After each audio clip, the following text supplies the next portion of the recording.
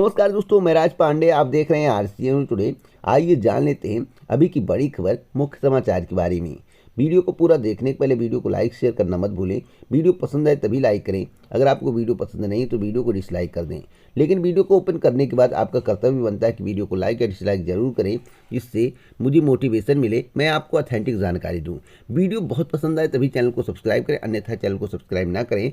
जब भी चैनल को सब्सक्राइब करें तो बेल आइकन दबाएं, ऑल पर सेलेक्ट करें, जिससे हमारे वीडियो का नोटिफिकेशन आप तक सबसे पहले पहुंच जाए, वीडियो को आप सबसे पहले देख पाएँ। वीडियो को आप पूरा देखते हैं, वीडियो आपको पसंद भी आता है, वीडियो को लाइक भी करते हैं, लेकिन जमकर लाइक नहीं करते हैं, जमकर डिसलाइक नहीं करते हैं। तो कुछ ना कुछ करके जाइए, मैं आपसे रिक्वेस्ट करता हूं। सबसे पहले आप सभी के लिए एक महत्वपूर्ण सूचना, अगर आप यूपीएसआई परीक्षा की तैयारी कर रहे हैं, यूपीएसआई परीक्षा को क्वालिफाई करना चाहते हैं, आप चाहते हैं कि आपकी तैयारी बहुत बेहतर हो जाए, जिससे सिलेक्शन के चांस बढ़ जाएं, तो टेक्स्ट बुक की तरफ से आपके लिए ज़बरदस्त मॉक टेस्ट तैयार किया गया है। इस मॉक टेस्ट के जरिए आप अपनी तैयारी को और बेहतर कर सकते हैं, जिससे आपके सिलेक्शन के चांस बढ़ जाएंगे। आपको बता दें, इस मॉक टेस्ट के लिए अब तक 2,76,000 अभ्यर्थियों ने दाखिला लिया है।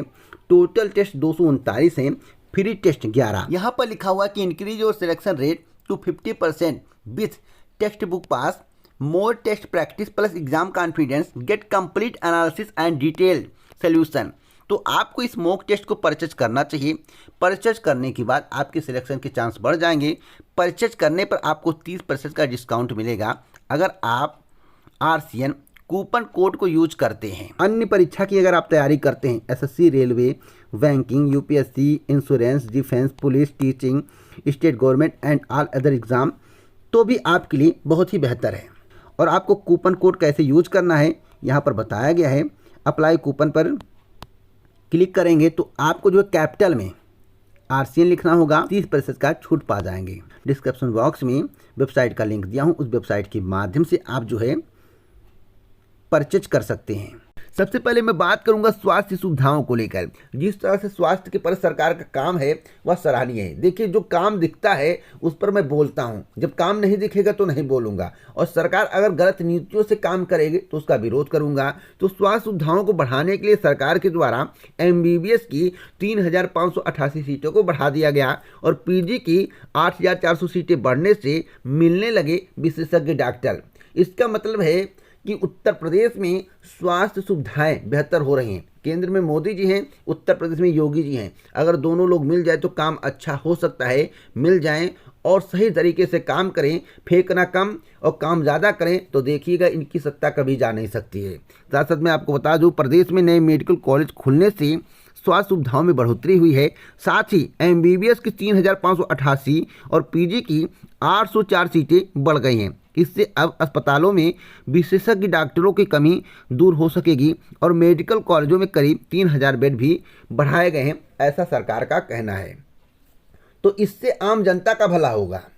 लेकिन सरकार के द्वारा जो योजनाएं चलाई जाती हैं, जो पटल पर नहीं आती हैं, उससे आम जनता का भला नहीं होता है। सरकार केवल अपने प्रोग्रेस के लिए, अपने आप को सत्ता में बनाए रखने के लिए हजारों योजनाएं चलाती है, हजारों योजनाएं।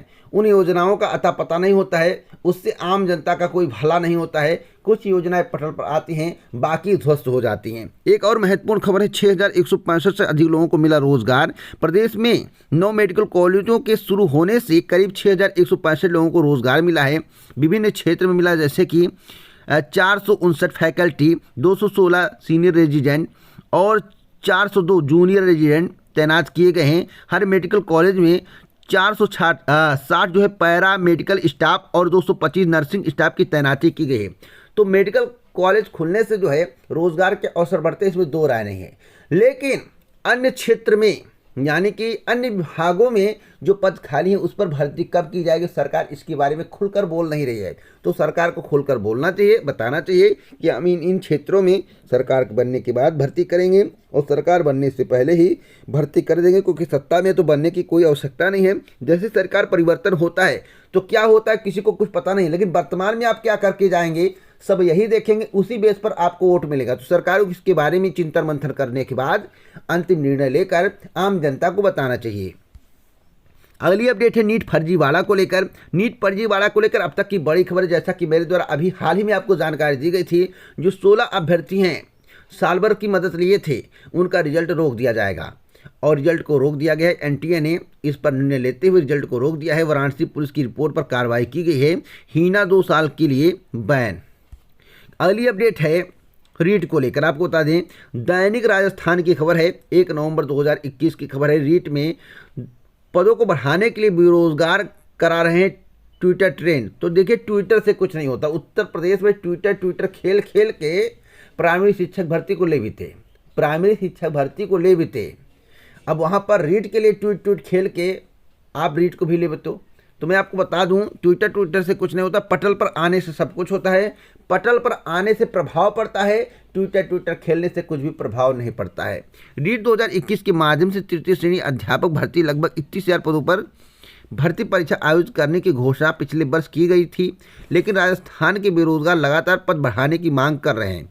शहीद स्मारक पर हो रहे धरने पर भी मुद्दा लगातार उठ रहा है, लेकिन आज से ट्विटर अभियान बेरोजगारों के द्वारा चलाया जाएगा। अभी रीट के पद बढ़ाकर 50,000 करोड़ ऐसी मांग ट्विटर पर की जाएगी। क्या बढ़ेंगे? आपके जहन में क्या सवाल हैं? उस सवाल का जवाब मैं आपको दूंगा, लेकिन आप मेरे सवाल का जवाब दीजिए। क्या पदों की संख्या बढ़ेगी? तो मुझे उम्मीद कम है। हाँ, हो सकता है 2-4 हज़ार पद बढ़ जाएं, लेकिन 20,000 पद 19,000 पद बढ़ने की संभावनाएं कम हैं। अगली अपडेट है इलाहाबाद हाई कोर्ट की। इलाहाबाद हाई कोर्ट दरोगा व सिपाही भर्ती में आयु सीमा में छूट देने की मांग को लेकर दाखिल दर्जनों याचिकाओं पर 8 नवंबर 2021 को सुनवाई करेगा। कुछ मामले में एकल जज ने आयु सीमा में छूट दिए जाने की मांग को अस्वीकार कर दिया है। विशेष अपील विचाराधीन है या आदेश मुख्य न्यायाधीश न्यायमूर्ति राजेश बदल व न्यायमूर्ति पीयूष अग्रवाल की खंडपीठ ने दिया है। तो 8 नवंबर 2021 को क्या होता है, यह देखने वाली बात होगी। अगली अपडेट सीटेट को लेकर है। सीटेट 2021 की बड़ी खबर, एडमिट कार्ड कब तक जारी होगा, तो इसके संबंध में बहुत सी बड़ी खबर है। 5 से 8 दिसंबर के बीच में एडमिट कार्ड जारी किया जाएगा, जो मुझे जानकारी है, क्योंकि मैं अपनी जानकारी के आधार पर आपको जानकारी देता हूं। इसमें तो कुछ और लिखा हुआ है, लेकिन मैं अपनी जानकारी के आधार पर आपको जानकारी दे रहा हूं कि 5 से 8 दिसंबर के बीच में एडमिट कार्ड जारी कर दिया जाएगा। अगली अपडेट इलाहाबाद विश्वविद्यालय की है। सबसे पहले स्नातक में होंगे प्रवेश, जल्द ही जाएगी समन्वयकों की नियुक्ति। और यहाँ पर देखिए, जल्द ही की जाएगी समन्वयकों की नियुक्ति और दिवाली के बाद जारी किए जाएंगे परिणाम। तो अब तक की सबसे बड़ी खबर, इलाहाबाद विश्वविद्यालय और संगठक महाविद्यालयों में सबसे पहले स्नातक में प्रवेश प्रक्रिया शुरू होगी। अलग अलग पाठ्यक्रमों में प्रवेश के लिए जल्द ही समन्वयकों की नियुक्ति भी कर दी जाएगी। इलाहाबाद विश्वविद्यालय प्रशासन की तैयारी की 15 नवंबर से पहले प्रवेश परीक्षा का परिणाम जारी कर दाखिला की खिड़की खोल दी जाए। तो संभावना है कि 13 से लेकर 16 के बीच में परिणाम जारी हो जाए। अगली अपडेट है कि जनता को फिर झटके। देखिए, उत्तर प्रदेश नहीं पूरे देश में झटके लग रहे हैं। झटके क्यों? महंगाई के झटके। और यहाँ पर देखिए लिखा हुआ है 266 रुपया महंगा हो गया भैया गैस सिलेंडर, और पेट्रोल अब 110 रुपये पार। लगातार छठे दिन बढ़े दाम। पेट्रोल डीजल में 35 पैसे की बढ़ोतरी की गई है, तो अब 122 रुपये कई राज्यों में हो गए हैं। और यह पेट्रोल का दाम 150 रुपये तक जा सकता है। महंगाई चरम पर है। आपको बता दें, जो सत्ताधारी होते हैं उनको इस बात की चिंता नहीं होती है कि हम इतनी महंगाई बढ़ा रहे हैं, तो आम जनता क्या सोचेगी। देखिए, आम जनता आपको बैठाना भी जानती है, आम जनता आपको उतारना भी जानती है। तो आप चिंता मत करिए, समय आने दीजिए। अगर महंगाई कम नहीं हुई तो फिर आम जनता आपको उखाड़ फेंकेगी, इसमें दो राय नहीं। अगली खबर की पेपर आउट कर परीक्षा पास कराने वाले साल भर गैंग के 10 गिरफ्तार। इंटर और हाई स्कूल पास आरोपी MA MBA पास को दिलाते थे नौकरी। प्रतियोगी परीक्षाओं का प्रश्न पत्र आउट कराकर परीक्षा पास कराने वाले साल भर गैंग के 10 आरोपियों को सेक्टर 58 पुलिस ने गिरफ्तार किया है। रविवार को सेक्टर 61 से पकड़े गए आरोपियों के पास से 9.15 लाख रुपए नगद, 4 लाख के 2 चेक और 28 प्रवेश पत्र बरामद हुए हैं। आरोपी अलग अलग परीक्षा पास कराने के नाम पर 20 से 25 लाख रुपए लेते थे। इनमें 3 आरोपी सेना से सेवानिवृत्त है। फिलहाल यह गिरोह हरियाणा में चल रही कांस्टेबल भर्ती परीक्षा में बैठने वाले कुछ अभ्यर्थियों के संपर्क में था। आरोपियों के पास से 2 कार, 14 मोबाइल भी जब्त किए गए हैं।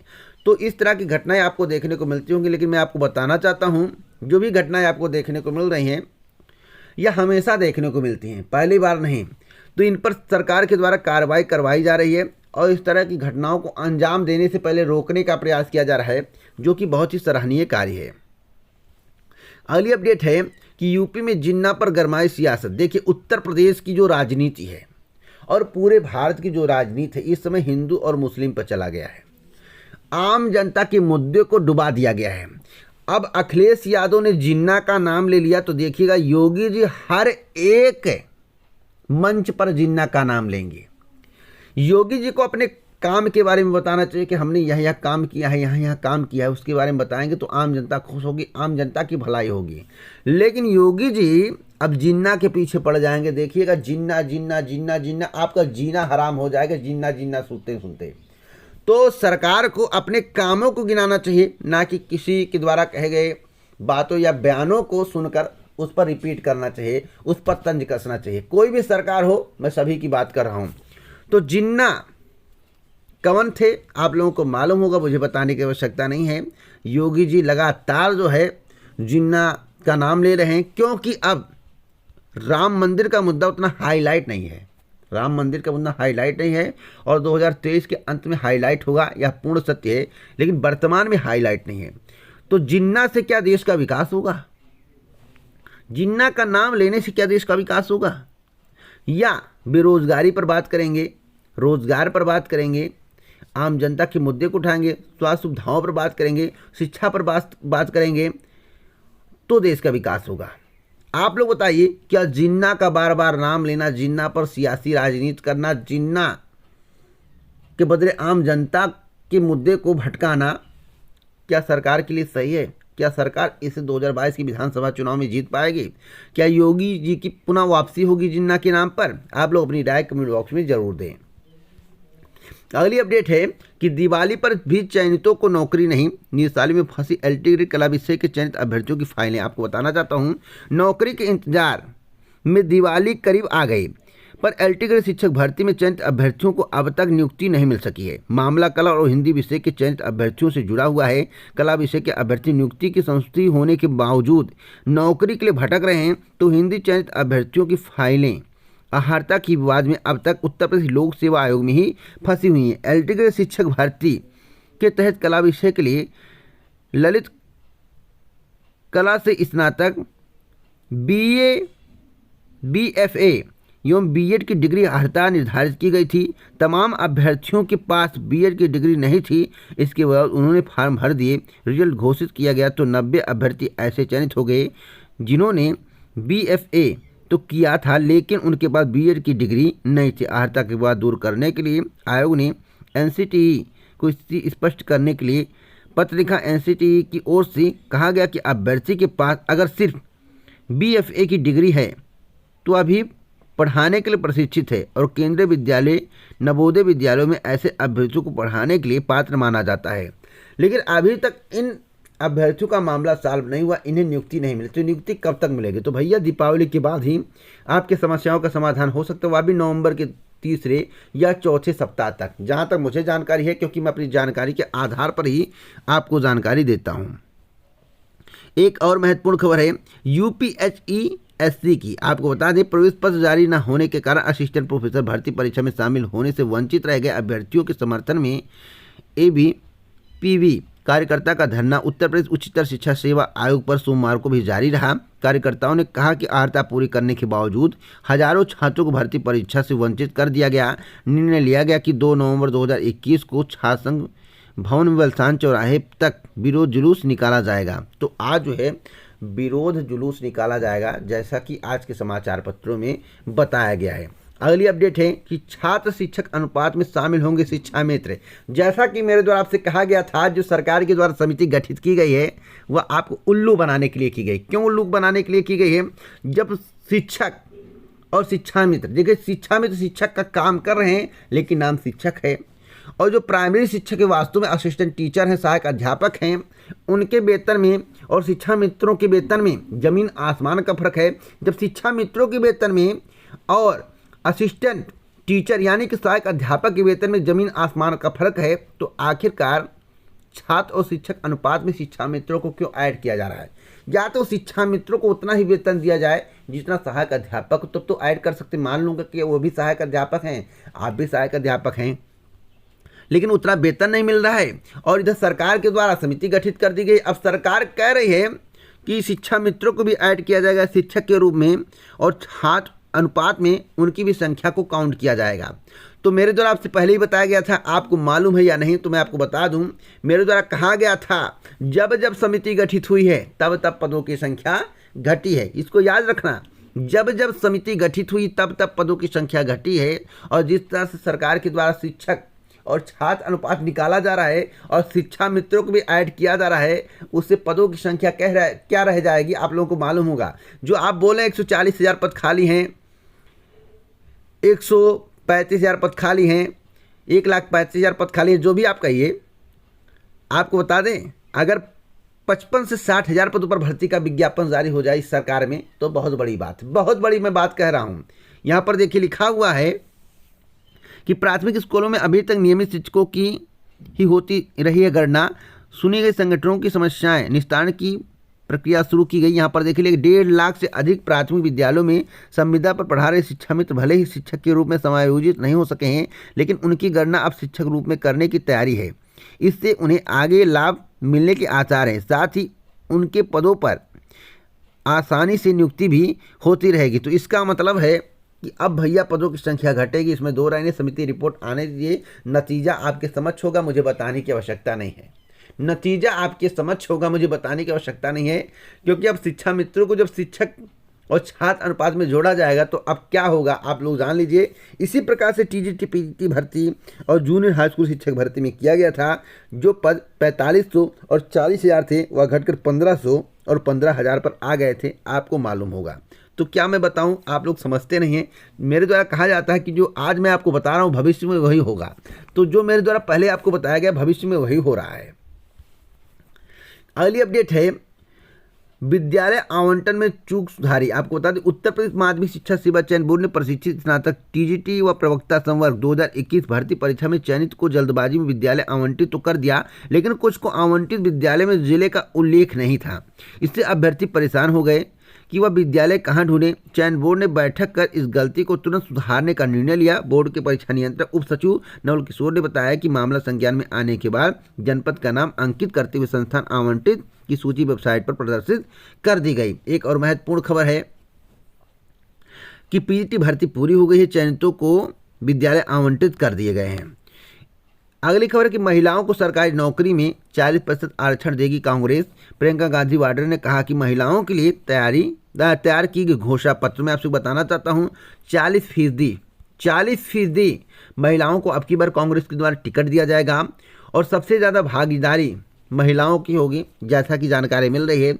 तो आरक्षण अगर 40% महिलाओं को मिल गया तो ओबीसी एससी वाले कहाँ जाएंगे, उनका क्या होगा। और जो जिस तरह से बात की जाती है उस तरह से बात हो नहीं पाती, लेकिन हाँ अगर 40% महिलाओं को आरक्षण मिलता है तो महिलाओं का सम्मान बढ़ेगा। और यहाँ पर एक महत्वपूर्ण खबर और लिखी हुई है, झूठ के लिए माफ़ी मांगे भाजपा और विनोद राय। विनोद राय ने कहा है, देखिए पूर्व केंद्रीय मंत्री सचिन पायलट ने कहा है कि पूर्व नियंत्रक महालेखा परीक्षक CAG विनोद राय के हल्फनामे से साफ हो गया है कि उन्होंने 2G स्पेक्ट्रम और कोयला घोटाले की रिपोर्ट में झूठ बोलकर मनमोहन सिंह सरकार को अस्थिर करने का प्रयास किया। झूठे और मनगढ़ंत आरोपों के आधार पर मनमोहन सिंह सरकार को बदनाम करने के लिए उसके खिलाफ सुनियोजित तरीके से भ्रमजाल फैलाया गया था। तो मैं आपसे बताना चाहता हूँ कि यहाँ पर देखिए जो 2G स्पेक्ट्रम के बारे में आप लोग पढ़े होंगे, जो घोटाले का नाम दिया जाता है उसमें फंसाया गया है जानबूझकर, ऐसा यहाँ पर कहा गया है। तो आखिरकार ऐसा क्यों किया जाता है? देखिए सत्ता हथियाने के लिए, सत्ता में आने के लिए किसी को फंसाया जा सकता है, भले ही बाद में बरी हो जाए, लेकिन सत्ता में आने के लिए किसी को कभी भी फंसाया जा सकता है जिससे उन्हें सत्ता मिल सके। और सत्ता मिलने के बाद भले ही वह बरी हो जाए या अलग बात है, लेकिन इस तरह की राजनीति बहुत गंदी राजनीति होती है जहाँ तक मेरा मानना है। एक और महत्वपूर्ण खबर है, देखिए यहाँ पर लिखा हुआ है स्टाफ सिलेक्शन कमीशन आपको बता दें जिसका परिणाम 31 तारीख को आना था दिल्ली पुलिस कांस्टेबल की। देखिए कांस्टेबल भर्ती परीक्षा परिणाम male and female in Delhi police examination 2020 में नोट दैट दरअसल आपदा, देखिए यहाँ पर लिखा हुआ है कि 31 तारीख को आना था, अब 15 तारीख को आएगा। जो परिणाम 31 तारीख को आना था अब वह 15 दिसंबर को जारी किया जाएगा। 15 दिसंबर को परिणाम जारी किया जाएगा। तो आप लोगों को घबराने की आवश्यकता नहीं, 15 दिसंबर तक आपको परिणाम देखने को मिलेगा। एक और महत्वपूर्ण खबर है, बीएड को लेकर कॉलेजों में 8 से शुरू होगी प्रवेश प्रक्रिया। प्रदेश की सरकारी व प्राइवेट बीएड कॉलेजों की रिक्त सीटों पर 8 नवंबर 2021 से सीधे प्रवेश प्रक्रिया शुरू होगी। काउंसलिंग का यह चरण भी बीएड काउंसलिंग पोर्टल द्वारा ही पूरा किया जाएगा। इस प्रक्रिया में वही अभ्यर्थी शामिल होंगे जिन्होंने मुख्य काउंसलिंग में प्रतिभाग नहीं किया है या मुख्य काउंसलिंग पूल काउंसलिंग में शामिल हुए पर सीट आवंटित नहीं हुई है। संयुक्त बीएड प्रवेश परीक्षा की राज्य समन्वयक प्रोफेसर अमिता वाजपेयी ने बताया है कि इस चरण में अभ्यर्थी 750 रुपये नॉन रिफंडेबल ऑनलाइन मोड से काउंसलिंग शुल्क जमा करना होगा, तभी जो है इसमें प्रतिभाग कर पाएंगे। अगली अपडेट है, कांस्टेबल बनने के लिए दौड़ में बीटेक और एमबीए पास। आपको बता दें हिमाचल प्रदेश की खबर है, बहुत बड़ी खबर है। और मैं आपको बता दूं हिमाचल प्रदेश में किसकी सरकार है, पहले आप सर्च करिए। हिमाचल प्रदेश पुलिस में सिपाही के 1334 पदों के लिए चल रही भर्ती प्रक्रिया में शामिल होने के लिए बीटेक और एमबीए जैसे प्रोफेशनल डिग्री धारकों ने भी आवेदन किया है। बड़ी संख्या में ऐसे आवेदन आए हैं जिनमें आवेदकों के पास पीजी की भी डिग्री है। 1.5 साल बाद हो रही इस भर्ती में युवाओं का जोर इसलिए भी ज़्यादा है क्योंकि यह अकेली भर्ती है जो डायरेक्ट होती है। अगली अपडेट है, वन विभाग में दरोगा के 500 खाली पदों पर भर्ती का रास्ता साफ। आपको बता दें जल्द ही आपको दरोगा की एक और भर्ती देखने को मिलेगी। वन विभाग में संशोधित नियमावली को कार्मिक विभाग की हरी झंडी, जल्द कैबिनेट में पेश होगी नियमावली। तो अब तक की बड़ी खबर है। और यहाँ पर देखिए लिखा हुआ है कि वन विभाग में दरोगा के 500 खाली पदों पर भर्ती का रास्ता साफ हो गया है। कार्मिक विभाग की नियमावली सेल ने संबंधित संशोधित अधीनस्थ वन सेवा नियमावली को हरी झंडी दे दी है। जल्द ही इसे मंजूरी के लिए कैबिनेट में ले जाया जाएगा। भर्ती होने पर वन विभाग में लंबे समय से चली आ रही दरोगा की कमी खत्म हो सकेगी। तो अब तक की बड़ी खबर है, आपको बताना चाहता हूँ। इस पर भर्ती होनी जरूरी भी है, काफ़ी पद खाली हैं। तो अभी आपको उत्तर प्रदेश दरोगा भर्ती परीक्षा के संबंध में जानकारी मिले कि इतने तारीख से परीक्षा होनी है और 12 तारीख से परीक्षा होगी, जो कि 2 दिसंबर तक चलेगी। उसके बाद आपको जो है 500 खाली पदों पर भर्ती देखने को मिलेगी वन दरोगा की। तो आप लोग तैयार रहिए, जमकर तैयारी करिए। इसी प्रकार की ऑथेंटिक जानकारी के लिए आप हमसे जुड़ने के लिए चैनल को सब्सक्राइब करें, बेल आइकन दबाएं, ऑल पर सेलेक्ट करें, वीडियो को लाइक शेयर करना मत भूलें। जय हिंद, जय भारत, नमस्कार।